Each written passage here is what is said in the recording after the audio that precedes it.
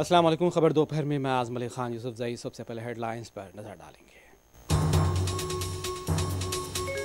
तेलंगाना भर में वक्फे से बारिशों का सिलसिला जारी। अगले 18 घंटों तक नहीं थमेगी बारिश। कुछ अजला के लिए रेड अलर्ट। हैदराबाद में भी आसमान अबरालूद।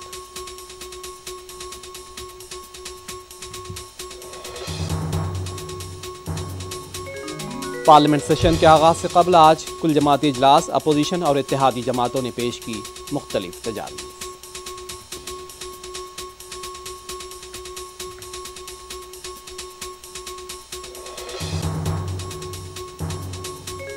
हम ऐवान में महंगाई, बेरोजगारी, पेपर लीक, चीन की दरअंदाजी समेत दीगर मसाइल पर बातचीत चाहते हैं।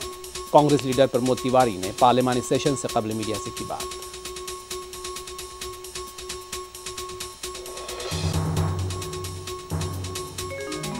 वीडियो रील्स बनाने की ख्वाहिश ने एक मरतबा फिर एक नौजवान की जान ले ली, दूसरा जख्मी।